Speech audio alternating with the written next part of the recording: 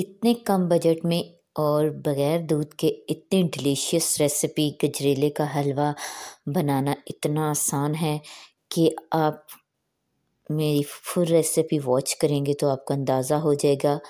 जब आप इसको बनाएंगे तो आपको पता चलेगा ये कितने डिलीशियस और कितनी मज़ेदार रेसिपी है। आपने मेरे चैनल वीडियो को एंड तक देखना है और मेरे चैनल को लाइक, सब्सक्राइब और कमेंट और शेयर ज़रूर करना है और इस हेल्दी रेसिपी को आपने ज़रूर ट्राई करना है। जी तो अस्सलाम वालेकुम। मैं आज बनाने जा रही हूँ गाजर का गजरेला। इसके लिए मैंने 3 किलो ली हैं गाजरें और मैंने 2 गिलास पानी लिया है। 2 गिलास पानी को मैंने नीम गर्म कर लिया है।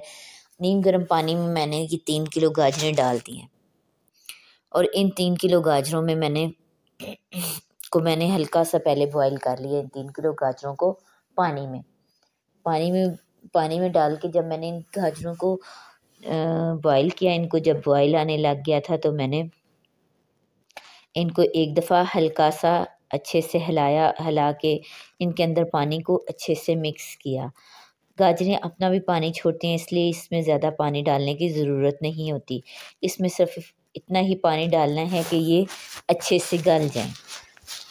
जब इस तरह से बॉईल आने लग जाए गाजर को, तो फिर आपने इसको 10 मिनट के लिए ढक के पकाना है। ढक कर पकाने के बाद ये हल्की सी गल जाएंगी। इसके बाद आपने इसका ढक्कन रिमूव कर देना है और आपने इसमें चम्मच हिलाकर इसको साथ साथ चेक करना है, इसका पानी खुश्क करने की कोशिश करनी है। तो यहाँ पे मैंने कुछ ड्राई फ्रूट्स ले लिए हैं और किशमिश ले लिया और मैंने 1 प्याली ले लिए है देसी घी। इसमें आप देसी घी ऐड करेंगी तो इसकी खुशबू और ही ज़्यादा होगी और मज़ा भी डबल होगा। तो ये मैंने ड्राई फ्रूट्स को ग्राइंड कर लिया था और अब आ जाते हैं फिर गाजर के हलवे की तरफ। तो यहाँ पे मैंने इसके अंदर चीनी ऐड कर दी थी जब इसका पानी बिल्कुल खुश्क होने के करीब आ गया था। इसमें भी मैंने 1 प्याली ही चीनी ऐड किया, 1 प्याली घी और 1 प्याली चीनी और 1 प्याली मैंने इसमें जो है वो खुश्क मेवे इस्तेमाल किए हैं। इसमें चीनी डाल के चीनी भी अपना पानी रिलीज़ करती है और चीनी के पानी को भी हमने खुश्क कर लेना है और हमने चम्मच को इसमें मुसलसल हिलाना है। जब पानी खुश्क होने पे आ जाए तो आपने चम्मच को नहीं रोकना ताकि ये नीचे ना लगे। और इसके पानी को अच्छे से खुश्क कर लेना है। जब पानी इस तरह से खुश्क हो जाए और हल्का सा पानी रह जाए तो आपने चम्मच हिला के इसको साथ साथ चेक करना है और अच्छे से इसको गला लेना है। गाजर को आपने इतना गलाना है कि आपको फ़ील होने लग जाए कि इसका टेस्ट कच्चा नहीं आ रहा, इसका टेस्ट कच्चा नहीं आना चाहिए। अगर इसका टेस्ट कच्चा आएगा तो आपका गाजर का हलवा अच्छा नहीं बनेगा। अगर आप हलवाई जैसा अच्छा गजरेला बनाना चाहते हैं तो आपने गाजर को कच्चा नहीं रखना और इसके लिए आपने इसको गाजर को चेक कर लेना है। आपको फ़ील हो जाएगा कि ये गाजर पक गई है, इसका टेस्ट कच्चा नहीं आ रहा। तो ये देखें इसका पानी खुश्क होने पे आ गया, इसमें हल्की हल्की सी बुलबुलियाँ आ रही हैं। इस लेवल पर आके आपने इसमें देसी घी ऐड कर देना है और आपने ये सारा देसी घी रिमूव कर लेना है। मैंने भी इसके साथ से रिमूव कर लिया था और इसको ज़ाया नहीं किया और यूँ मैंने इसको डाल के इसको अच्छे से पकाना है। देसी घी को इसमें डाल के मैंने अच्छे से पकाना है और इसको पकाते पकाते मुझे कम से कम 30 मिनट लगे थे। आपने भी कम से कम इसको 30 मिनट तक पकाना है और इसका इतना पकाना है कि ये गाजरें जो है वो घी को छोड़ दे, गाजर अलग हो जाए और देसी घी अलग हो जाए।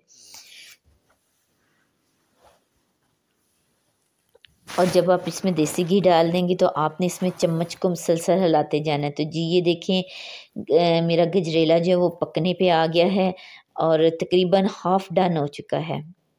इसके बाद आपने ये देखें ये चम्मच चलाना नहीं रोकना, आपने चम्मच मुसलसल चलाना है ताकि आपका हलवा नीचे ना लगे। इस तरह आपने चम्मच चलाना है ताकि हलवा नीचे ना लगे और आपने इसको 30 मिनट तक पकाना है। और पकाने के बाद आपको जब हल्का सा ये घी छोड़ने लगे तो आपने इसमें किशमिश ऐड कर देनी है। किशमिश ऐड करके आपने इसको अच्छे से मिक्स कर लेना है। ये मैंने इनको अच्छे से मिक्स कर लिया है। इसके बाद आपने इसमें हाफ ड्राई फ्रूट्स ऐड कर देने हैं।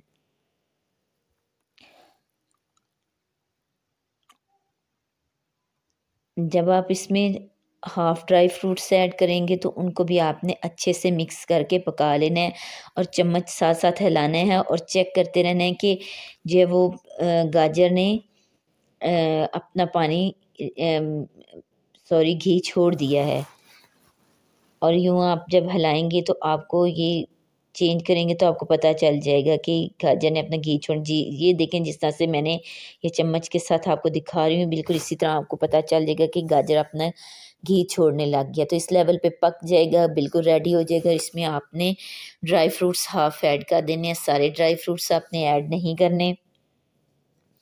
इन ड्राई फ्रूट्स को आपने अच्छे से मिक्स कर लेना है और मिक्स करके आपने मैंने ये ड्राई फ्रूट्स रोस्ट नहीं किए थे, मैंने ये कच्चे ड्राई फ्रूट्स ऐड किए थे। सो आपने जब आपने भी अगर कच्चे ड्राई फ्रूट्स ऐड करने हैं तो फिर आपने इसको जो है ना वो 5 मिनट के लिए पकाना है ताकि ड्राई फ्रूट्स का कच्चा टेस्ट ना आए।